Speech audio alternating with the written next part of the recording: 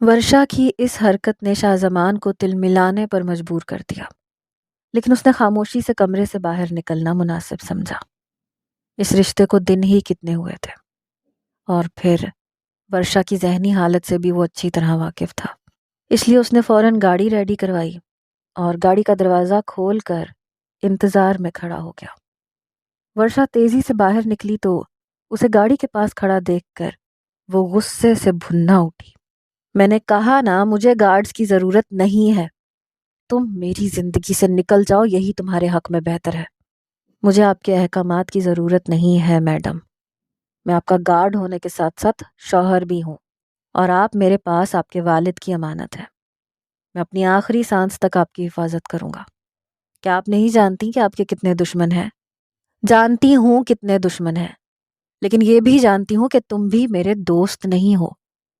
اس سے پہلے کہ وہ گاڑی میں بیٹھتی، ایک سیاہ رنگ کی گاڑی پورچ میں داخل ہوئی اور سیاہ رنگ کے قمیض شلوار میں ملبوس ایک شخص گاڑی سے اترا تھا۔ ورشا ایک دم اس گاڑی کی طرف دوڑ پڑی۔ چچا جان آپ آ گئے، بابا ہمیں چھوڑ کے چلے گئے ہیں۔ ورشا گاڑی سے اترنے والے شخص کے سینے سے لگی آنسو بہا رہی تھی، اور شاہ زمان نے ایک دم چونک کر دیکھا تھا۔ اس نے آج تک کبھی نہ ہی زوریز خان کے چھوٹے بھائی کا کوئی ذکر سنا تھا، نہ ہی ان کے انتقال پہ کسی کو دیکھا تھا۔ گاڑی کی دوسری طرف سے ایک جوان اور خوبصورت لڑکا اترا تھا، اور اس نے آتے ہی ورشا کو اپنے سینے سے لگا لیا تھا۔ یوں نہ رو ورشا، اس نے اپنے ہاتھوں سے ورشا کے آنسو پونچھے تھے۔ پریشان نہ ہو بالکل بھی، تم تنہا نہیں ہو، ہم لوگ آ گئے ہیں نا، اب سب کچھ ٹھیک ہو جائے گا۔ وہ دھیرے سے ورشا کے بالوں میں ہاتھ پھیرتے ہوئے شاہ زمان کو پوری طرح سلگا گیا تھا۔ ورشا اس کی عزت تھی، اس کی غیرت تھی، وہ کسی اور کی باہوں میں تھی۔ یہ بات شاہ زمان کو ایک سیکنڈ بھی برداشت نہ ہوئی۔ وہ فوراً تیز تیز قدم اٹھاتا ہوا ان لوگوں کے پاس جا کر کھڑا ہوا۔ ورشا کے چچا زریاب شاہ نے ایک نظر شاہ زمان پہ ڈالی۔ وہ اپنے سابقہ یونیفارم میں ہی ملبوس تھا۔ گارڈ ہے تمہارا؟ انہوں نے ورشا سے پوچھا۔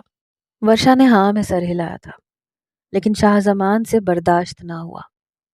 شوہر ہوں ورشا کا، شاہ زمان نے ساتھ ہی لقمہ دیا۔ ورشا کے چچا اور وہ لڑکا ایک دم ہی اچھل پڑا۔ کیا مطلب شوہر؟ تمہاری شادی کب ہوئی ورشا؟ زریاب خان نے بہت حیرت سے ورشا کی طرف دیکھا تھا، اور پھر ورشا نے شروع سے آخر تک ساری بات کہہ سنائی کہ کس طرح اس کے مرتے ہوئے باپ نے اسے شاہ زمان کے ساتھ جوڑ دیا تھا۔ یہ سن کر ورشا کے چچا نے تحقیر آمیز نظروں سے شاہ زمان کو دیکھا۔ مطلب تم گارڈ ہی ہو؟ ورشا کی حفاظت کے لیے بھائی صاحب اسے تمہارے حوالے کر گئے تھے نا، مگر اب ہم آ گئے ہیں، اس لیے ورشا کو طلاق دو اور یہاں سے چلتے بنو۔ ورشا کا خیال ہم رکھ لیں گے۔ اپنی حیثیت دیکھی ہے؟ خود کو ورشا کا شوہر کہتے ہوئے شرم نہیں آئی؟ تم نے موقع سے خوب فائدہ اٹھا لیا۔ ابھی اور اسی وقت ورشا کو طلاق دو اور یہاں سے دفع ہو جاؤ۔ وہ لڑکا آگے بڑھ کر شاہ زمان کے دو بدو کھڑا ہو گیا تھا، جو شاید اس کے چچا کا بیٹا تھا۔ شاہ زمان ایک دم آپے سے باہر ہوا۔ اس نے تیزی سے اس لڑکے کا گریبان پکڑا۔ خبردار جو ایسی کوئی فضول بات آئندہ اپنی زبان سے نکالی، تمہاری زبان کھینچ لوں گا۔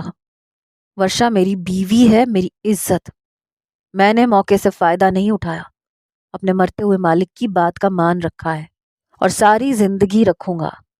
شاہ زمان نے اتنی سختی سے گلشیر کا گریبان پکڑا تھا کہ وہ چاہ کر بھی شاہ زمان سے خود کو آزاد نہیں کروا پایا تھا۔ ان دونوں کو دست و گریباں ہوتا دیکھ کر ورشا پھوٹ پھوٹ کے رونے لگی۔ چھوڑو اسے شاہ زمان، کیا کر رہے ہو؟ یہ گلشیر ہے، میرا کزن ہے۔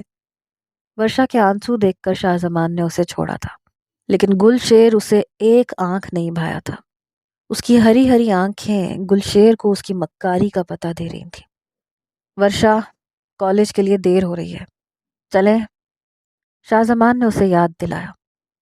چچا آپ لوگ آرام کریں، میں بس کالج سے واپس آ جاؤں، پھر ہم بیٹھ کے بات کرتے ہیں۔ رانو کو کہہ دیجیے گا وہ آپ کا سامان آپ کے کمرے میں رکھوا دے گی۔ ورشا نے رانو کو آواز دیتے ہوئے گاڑی کا رخ کیا۔ شاہ زمان یوں تو ڈرائیور کے ساتھ بیٹھتا تھا، لیکن جان بوجھ کر گلشیر کو دکھانے کے لیے۔ وہ ورشا کی برابر والی سیٹ پر بیٹھا اور ورشا نے آنکھیں پھاڑ کے اسے دیکھا تھا۔ یہ کیا بدتمیزی ہے؟ تم اپنی حد کیوں بھولتے چلے جا رہے ہو شاہ زمان خان؟ تم میرے گارڈ ہو اور گارڈ بن کر ہی رہو۔ اچھا تو پھر گلشیر سے بھی کہتی نا کہ کزن ہے، کزن بن کر رہے۔ یوں تم سے گلے ملنے کا کیا طریقہ تھا؟ شاہ زمان کے دل میں انگارے جل رہے تھے اور ورشا حیرت سے اسے دیکھتی رہ گئی۔ ایک لمحے میں ہی اسے سمجھ آ گیا تھا کہ شاہ زمان کو کس بات پہ غصہ چڑھا ہے۔ وہ دل ہی دل میں مسکرا اٹھی تھی۔ شاہ زمان کو تنگ کرنے کے لیے اس کے ہاتھ ایک نئی چیز آ گئی تھی۔ ویسے یہ چچا جان اچانک سے کہاں سے پیدا ہو گئے ہیں تمہارے؟ آج سے پہلے تو کبھی ان کا ذکر تک نہیں سنا، نہ کبھی زوریس صاحب نے ذکر کیا۔ مجھے تو زوریس صاحب کے آفس میں کام کرتے ہوئے کافی عرصہ ہو چکا ہے، لیکن کبھی نہیں سنا کہ ان کا کوئی چھوٹا بھائی بھی ہے۔ چچا جان پردیس میں رہتے ہیں اور کبھی کبھی یہاں آتے ہیں۔ ابھی بھی شاید بابا جانی کے انتقال کا سن کے آئے ہوں گے۔ نہ چاہتے ہوئے بھی ورشا نے اس کی بات کا جواب دیا، اور یہ سن کر شاہ زمان کو بہت حیرت ہوئی تھی۔ یہ کیسا چھوٹا بھائی تھا جو بڑے بھائی کے انتقال پر نہیں آیا بلکہ اس کے 15 دن بعد آیا تھا؟ جہاں تک شاہ زمان کو یاد تھا، پچھلے 15 دنوں میں ورشا کے پاس اس کے چچا جان کا کوئی فون بھی نہیں آیا تھا۔ اس لیے اسے مزید کھوج لگ گئی۔ اس کی نوکری ہی ایسی تھی کہ اسے ہر انسان مشکوک نظر آتا تھا۔ تو کیا پہلے بھی وہ یہاں آ کر رہا کرتے تھے؟ شاہ زمان نے کچھ سوچتے ہوئے پوچھا۔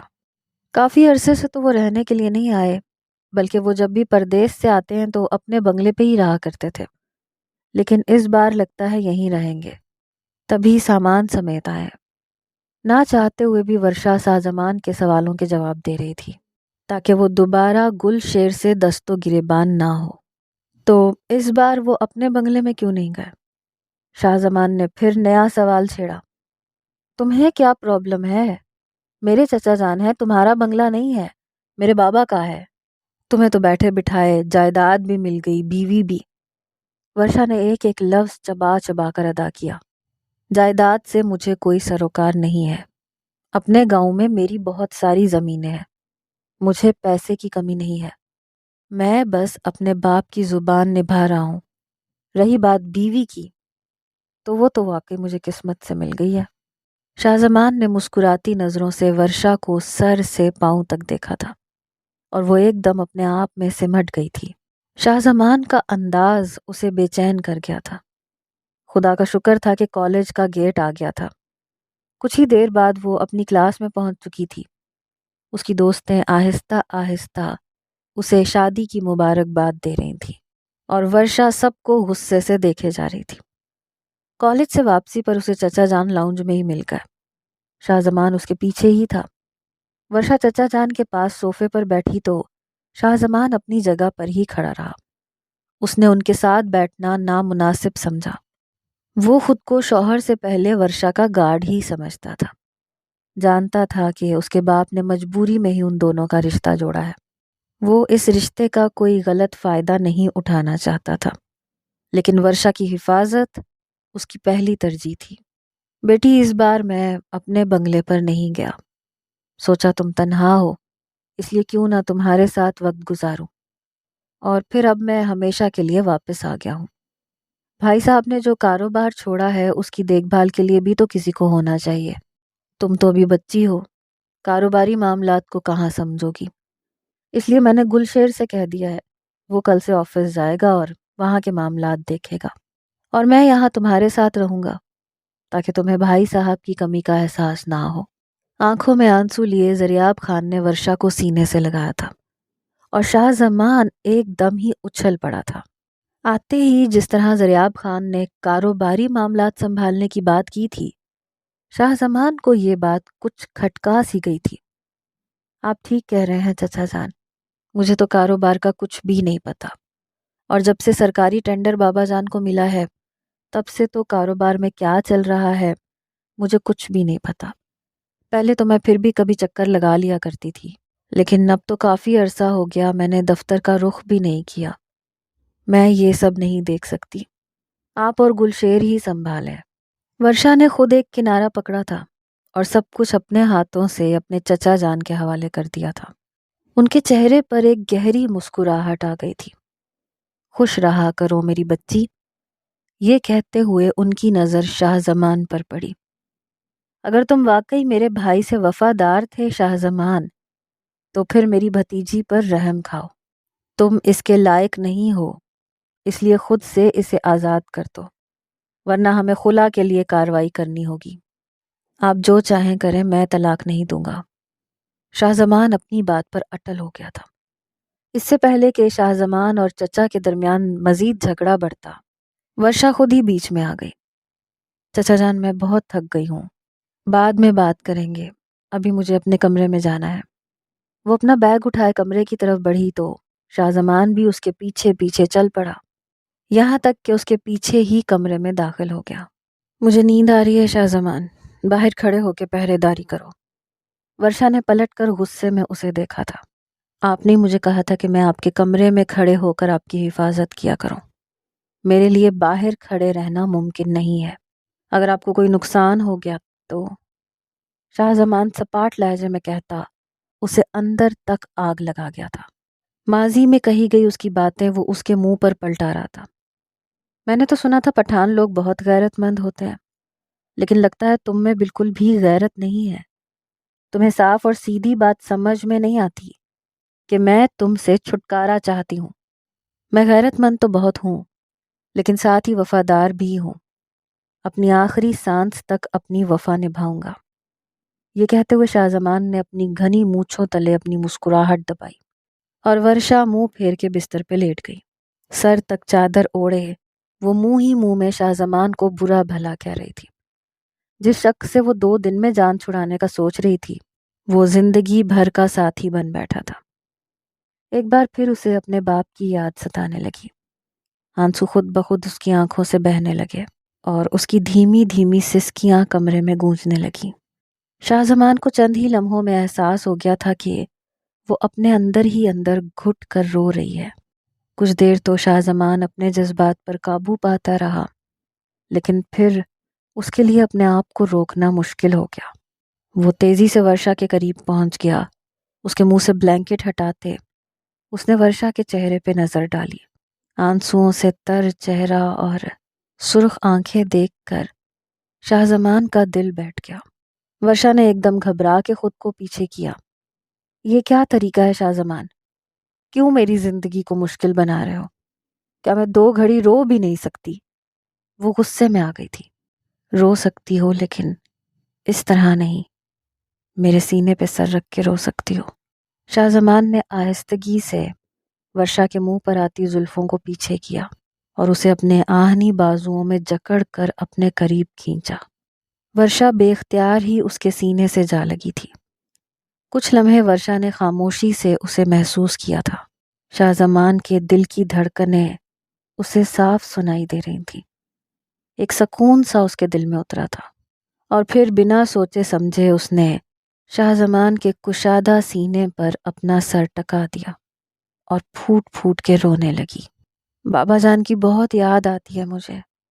اس کی آنکھوں سے آنسو بہتے ہی چلے جا رہے تھے، اور شاہ زمان بس دھیرے دھیرے سے اس کی کمر پہ اپنا ہاتھ پھیر رہا تھا۔ وہ اسے اس وقت تک آنسو بہانے دینا چاہتا تھا جب تک اس کے دل کا غبار ہلکا نہ ہو جائے۔ کئی لمحے خاموشی سے ہی گزر گئے، یہاں تک کہ ورشا نے اپنے آنسو خشک کر لیے تھے۔ شاہ زمان نے آگے بڑھ کے اسے پانی پلایا۔ اپنے آپ کو اتنی تکلیف نہ دو ورشا، قسمت میں ایسے ہی لکھا تھا۔ لیکن میں تم سے اتنا ضرور کہوں گا کہ آنکھیں بند کر کے یوں غیروں پہ اعتبار نہ کرو، ورنہ کہیں تمہیں بھی کوئی نقصان نہ ہو جائے۔ شاہ زمان کی باتوں پر ورشا نے چونک کر اسے دیکھا تھا۔ تمہارے چچا جان مجھے کچھ ٹھیک نہیں لگ رہا ہے ورشا، احتیاط کا دامن تھام کر رکھو۔ شاہ زمان کی بات پر ورشا نے ایک دم ہی اسے پیچھے دھکیلا تھا۔ آ گئے نا تم اپنی اوقات پر؟ میں نے کاروبار سنبھالنے کے لیے چچا جان کے حوالے کیا ہے، اسی بات کی آگ لگ رہی ہے نا تمہیں؟ سچ کہوں تو کبھی کبھی مجھے لگتا ہے تم بابا جان کی جائیداد پہ مرتے ہو، اسی لیے تو بنا کسی پس و پیش کے تم نے مجھ سے نکاح کیا۔ چچا جان میرے سگے چچا ہیں، بابا جان کے چھوٹے بھائی ہیں، وہ کاروبار کو سنبھالنے کے اچھی طرح سے قابل ہیں اور مجھے اس بات پہ کوئی اعتراض نہیں ہے. جا سکتے ہو تم یہاں سے. ورشا نے دوبارہ خود کو بلینکٹ کے اندر کیا تھا اور شاہزمان آہستگی سے پیچھے ہٹ گیا تھا. کچھ لمحوں پہلے والی معصوم سی ورشا دوبارہ سے اپنے خول میں قید ہو چکی تھی. اسے اس دنیا سے نفرت ہو چکی تھی. اپنے بابا کی موت کے بعد اسے کسی سے محبت نہ رہی، خاص کر شاہزمان سے تو اسے اور بھی چڑ آنے لگی تھی، جو سائے کی طرح ہر وقت اس کے ساتھ ساتھ رہنے لگا تھا. 2 دن خاموشی سے ہی گزر گئے. شاہزمان نے دوبارہ ورشا کو نہیں چھیڑا تھا. اسے یہ بات تکلیف پہنچاتی تھی کہ ورشا اسے خود غرض اور لالچی سمجھتی تھی، اور ان 2 دنوں میں ورشا نے 1000 بار سوچا تھا کہ کس طرح وہ شاہزمان کو اپنی زندگی سے باہر کر دے. چچا جان اور گلشیر نے کاروبار کے معاملات دیکھنے شروع کر دیے تھے، اور پھر ایک دن ایک ایسی بات ان دونوں کے سامنے آئی جس نے ان کے ہوش اڑا کے رکھ دیے. مرنے سے پہلے زوریز خان نے اپنی وصیت میں اپنی ساری جائیداد کی پاور آف اٹارنی اپنے داماد کے نام کی تھی، جو قانونی طور پر اب شاہزمان خان تھا. یعنی شاہزمان خان کے دستخط کے بغیر کوئی بھی فیصلہ نہیں کیا جا سکتا تھا، اور اس بات نے گلشیر اور زریاب خان کے اندر آگ لگا دی تھی. کچھ دیر پہلے ہی وکیل نے اس بات کا خلاصہ کیا تھا، اور یہ بات ابھی تک ورشا اور شاہزمان کے علم میں نہیں تھی. زریاب خان نے شاہزمان کو ورشا کی زندگی سے نکالنے کے لیے منصوبہ بنانا شروع کر دیا تھا. انہیں اس وصیت کو ورشا سے پوری طرح چھپانا تھا، اس وقت تک جب تک وہ کسی طرح شاہزمان کو ورشا کی زندگی سے نہ نکال دیتے. دونوں باپ بیٹے دفتر سے گھر لوٹے تو انہیں اس بات کا احساس اچھی طرح ہو گیا کہ ورشا اور شاہزمان کے درمیان کافی دوریاں ہیں. ورشا شاہزمان کو پسند نہیں کرتی، یہ بات تو اس کے رویے سے ہی صاف ظاہر ہو جاتی تھی. زریاب خان نے اپنے بیٹے کو اشارہ کیا اور اس نے فوراً ہی ورشا کے برابر والی کرسی پر جگہ لی. ورشا، کب تک اس طرح سوگ مناتی رہو گی؟ چلو آج ہم دونوں ڈنر پر چلتے ہیں. اس نے آہستگی سے ورشا کا ہاتھ تھاما اور پیچھے کھڑے شاہزمان کے تن بدن میں آگ لگ چکی تھی. ٹھیک ہے، میں بھی کچھ چینج چاہتی ہوں. ورشا نے فوراً ہاں میں سر ہلا دیا. اچھی طرح تیار ہونا ورشا، تم پہ ریڈ کلر بہت جچتا ہے، ریڈ کلر کا ہی ڈریس پہننا. گلشیر نے مسکراتے ہوئے ورشا کے بالوں کو چھیڑا تھا اور ترچھی نگاہوں سے شاہزمان کو دیکھا تھا. یہی ایک طریقہ تھا جس سے وہ شاہزمان کی مردانگی کو چھیڑ کر ایک جھگڑا کھڑا کر سکتا تھا اور پھر بآسانی ورشا سے شاہزمان کو دور کر سکتا تھا. ورشا فوراً اٹھ کر کمرے کی طرف چلی گئی. ڈنر میں تھوڑا ہی وقت رہ گیا تھا، اس نے تیاری کرنی تھی. شاہزمان بھی اس کے پیچھے پیچھے کمرے میں چلا آیا. کون ہوتا ہے یہ تمہیں ڈنر پہ لے جانے والا؟ اور تم اس کی پسند کے کپڑے کیوں پہنو گی؟ جس طرح یہ شخص تمہیں ہاتھ لگاتا ہے نا، کسی دن میں اس کی جان لے لوں گا. شاہزمان کا بس نہیں چل رہا تھا کہ وہ گلشیر کا منہ توڑ دے.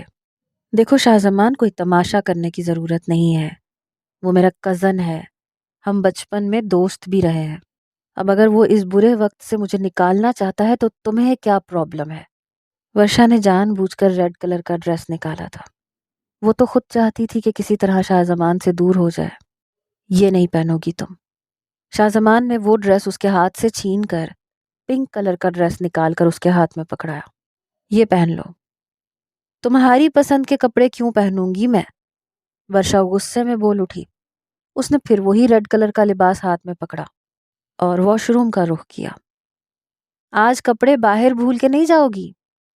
شاہزمان نے طنزیہ لہجے میں اسے پکارا تھا. ورشا نے پلٹ کر ایک گہری نگاہ اس پہ ڈالی اور واش روم میں چلی گئی. کچھ دیر بعد وہ باہر نکلی تو ریڈ کلر کی میکسی میں غضب ڈھا رہی تھی. بلا شبہ ریڈ کلر اس پر بہت جچتا تھا، لیکن شاہزمان کو یہ کلر آج بہت زہر لگ رہا تھا کیونکہ اس نے یہ کلر گلشیر کے کہنے پہ پہنا تھا. کچھ ہی دیر بعد وہ سیڑھیاں اترتی گلشیر کے سامنے جا کھڑی ہوئی. واو ورشا، یو آر لکنگ گارجیس. گلشیر نے اس کی تعریف کرتے ہوئے اس کے ماتھے پر اپنے لب رکھ دیے.